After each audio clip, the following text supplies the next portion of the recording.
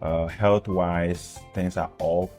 So I'm just trying to go back home and, focus more on things that means a lot to me at this point in my life. And as you grow, if you're watching this video, as you grow, I would say always pay attention to the things that means a lot to you, because they will change.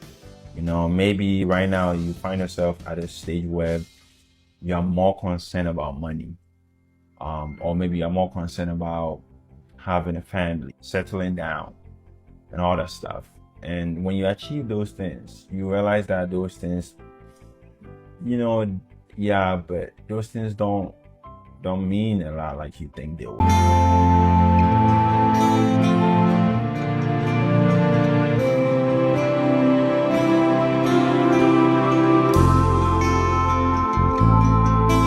Guys, let it not seem as though maybe when we hear people coming back or returning back to their home, their roots as Africans, particularly Ghanaians or African Americans back to their roots down to Ghana, it will look as if maybe we always come out to say they are always coming to Ghana because we want to promote Ghana, this and that.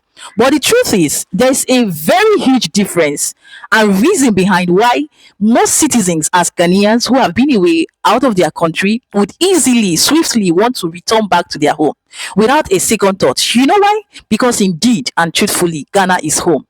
I've always said it and I will always stand by it. The difference between Ghana and Nigeria is clear. There's no safety, there's no assurance, there's no hope, there's no peace, there's in fact no security of a truth at this point. Everybody can attest to what is happening in Nigeria. Are we going to talk about the current and uptrending videos that have been making round of Ifunanya and her father that returned back home or retired back home? How did he end? We all can attest to that. But in this video, I've got videos of Ghanaians who stood up to their feet to say, no, I'm tired of the foreign land, I'm tired of the US, I'm tired of America. You see, home is home. I need to go back home. I need to go back to my roots. They said it and they did it. So I've put together videos to prove to us as Africans, particularly Ghana, Nigeria, that when it comes to returning back home, returning safely and returning happily and starting up to something very, very hopeful and tangible and succeeding at the long run, Ghana is that one country. So whether you like it or not, I would always stand to recommend the country Ghana any day, anytime, because the difference is clear and it is evident. So guys, having said this, I would love us to watch these videos, listen to these people's points, their reasons, their story, how it all started and how they eventually succeeded in returning back home. Then I will come back and throw more light at the end of this video. And please do not forget to hit on the like button, share and stay subscribed, and I will see you at the end. Health-wise, things are off. So I'm just trying to go back home and focus more on things that means a lot to me at this point in my life. And as you grow, if you're watching this video, as you grow, I would say always pay attention to the things that means a lot to you, because they will change. Maybe right now you find yourself at a stage where you're more concerned about money, or maybe you're more concerned about having a family, settling down, and all that stuff. And when you achieve those things, you realize that those things, but those things don't mean a lot like you think they will. All right, so 7 years in the USA, I have decided to move back home to Ghana, and it took me 4 years to make that decision. And I would say this is one of the toughest decisions that I've ever made in my entire life. And when I came here, just to give you a context, when I came here, I was 23 years old.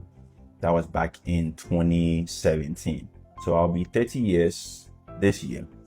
And after 7 years, for some reason, I feel the need to go back home. I don't have a plan. That's the scariest part of it. I don't have a plan. I just have a feeling. And I'm just taking a step based on these feelings, which is not ideal, which is not something good to do.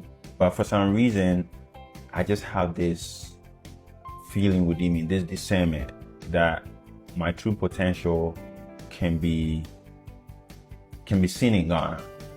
And that's all what I have right now, with no plan, no strategic planning. I just want to go. So I had a conversation with my mom. Even though she didn't want me to move back, I have decided to do it. So I've been able to convince her enough, and I'm going. one aspect of me is extremely happy. One aspect of me is also curious, not sure, not too certain, and it's normal. Okay, it's normal to feel this way because I never thought I'll be moving back to Ghana or back home so soon. And on a normal standard approach, most immigrants go back home when they retire, right? So I'll say in their late 50s, 60s, that's when they move back. But I'm only 30 years old. So for me, it's too soon. But also, I don't think ideas will be fully formed before we should take them, or no idea will come fully formed. So at some point, you might want to do some stuff and you just don't know what to do, but you know you need to do it, right? And in as much as the US offers you a lot of opportunities, there's a lot of stuff that you don't see or most people don't pay attention to. Especially if you've never lived in this country before. You think it's all glamorous, it's all shiny and all that stuff, but it's extremely stressful. So you end up working so hard, you make a lot of money, but you know, the quality of life to me, it's quite gray. It's not to the extent that I want it. So my social life is messed up. Health-wise, things are off. So I'm just trying to go back home and, you know, focus more on things that means a lot to me at this point in my life. And as you grow, if you're watching this video, as you grow, I would say always pay attention to the things that means a lot to you, because they will change. You know, maybe right now you find yourself at a stage where you are more concerned about money, or maybe you're more concerned about having a family, settling down, and all that stuff.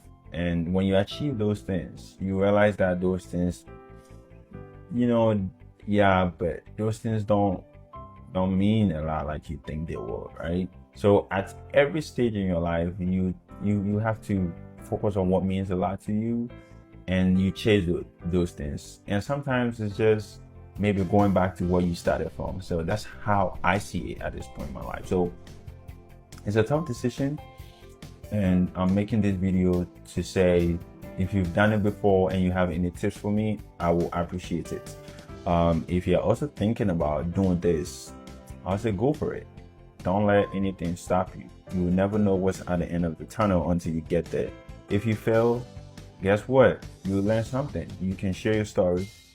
You'll improve one way or the other. If you succeed, then you know you got what you were looking for, right? So this is something that I really wanted to share with you. Back to Evolve. Today we have the honor of speaking with Mr. Tim Swain, who is a cultural consultant, entrepreneur, and a Texan. That's right. Who is now in Accra. That's right. I'm glad you put in that part about Texan, because no matter where we go in the world, one of the most salient identifiers is the state we come from. But listen, I'm glad to see you. I've been a fan of the content, and so I'm really, really, really happy to have this conversation with you guys today. Yeah, it's an honor for us, and I think let's get straight into it then. Sure. How did this Texan end up in West Africa, in Ghana? Yeah, so I'll give you the short story, because the long story may take too long. The short version is 2006. I joined an organization called the Impact Movement, and that organization focused on doing like development within African communities, a Christian organization. And so at one point they sent the largest number of like African-American missionaries to Africa at one time. And so they said, hey, we're going to Ghana next year. And for me, Africa was like this, it was almost like this holy pilgrimage, honestly. Like the way I heard my Muslim friends talk about going to Mecca, that's how I felt about going to Africa. Like one day in my life, I have to make the journey. So when the organization said, we're going to Africa next year, particularly Ghana, I was like, I don't know what it's going to take for me to get there, but I'm going to be there. And so in 2007, I still have the ticket from 2007. That was the first time I landed in Accra, Ghana, back at the old airport. If folks remember, we used to walk into the old airport with the lady. There was a picture of a lady with a fruit basket on her head, and it said Akwaba on the top. That's the old airport. So for folks who traveled, you know, back and forth for a while, you remember that old airport. But that was the first time I came. And then after that, it was the first time in my life truly where I felt like I simply existed as a human being. And yeah, then after that, as Kwame Nkrumah said, you know, Africa was born in me from that moment on. And so, you know, throughout the years, I had some more trips, but that was the initial time of me coming actually to the continent through the gateway of Ghana. That's very deep. And we want to hear more about the stories because it's been 10 years now, right? Or more than 10 years that you've been here. Oh, so it's been about half of that. So about 5. I've been coming back and forth for like 20. But like permanently relocated has been about 5. Okay. So we're going to hear more about that after. But I just want to ask you to follow up on what you said there. You said you simply exist. You felt like you simply existed. That's a very deep statement. Could you tell us what exactly did you mean? So I'll tell you something interesting. So it was a group of us. We were young college students. All of us identified as African. We had some multi-ethnic folks that were with us. But anyway, different socioeconomic statuses. And we kind of talked about it in the group. We said, is this what white people feel like in America? Like, because we have no consciousness when we go into a store that we are being followed around because of the color of our skin. And even the associations with the color of your skin did not exist here. Obviously, there's some legacy of colonization that exists, but there is no systemic racism that exists in Ghana. I know folks in the chat may fight me over that, but the word was systemic. And so when we came here, and particularly me, a part of the group, and I came here and I felt that it literally was a liberating feeling. And I think it almost like, it felt like clearing up a mental kind of hard drive, right? Because in the States, you consciously have to be on guard all the time about how your presence shows up. If it's nighttime and it's cold outside and I have a hoodie on and, you know, there's a group of young white women in front of me, I have to make my presence known. I may do some cough or like, or, you know, do some, just to let you know that I'm here, right? But when I came to Ghana, hey, I didn't care. I didn't care at all. So it was really just this feeling, like it was just a liberating feeling of like, okay, I feel like I'm just a human being and I have mental space now to think about how I show up, where I'm going, what I'm doing, without that being the most salient part of my identity, particularly race. It's a beautiful feeling. And I feel like even though we don't look the same, I felt that similar kind of profiling in the West. And I felt how nice it feels to be in a place where they don't have that media bombardment from the young age that black means this, Asian means this, Pakistani means this. So that was the first feeling. But then how did it pan out into wanting to actually come and make the move? So you felt that now and then,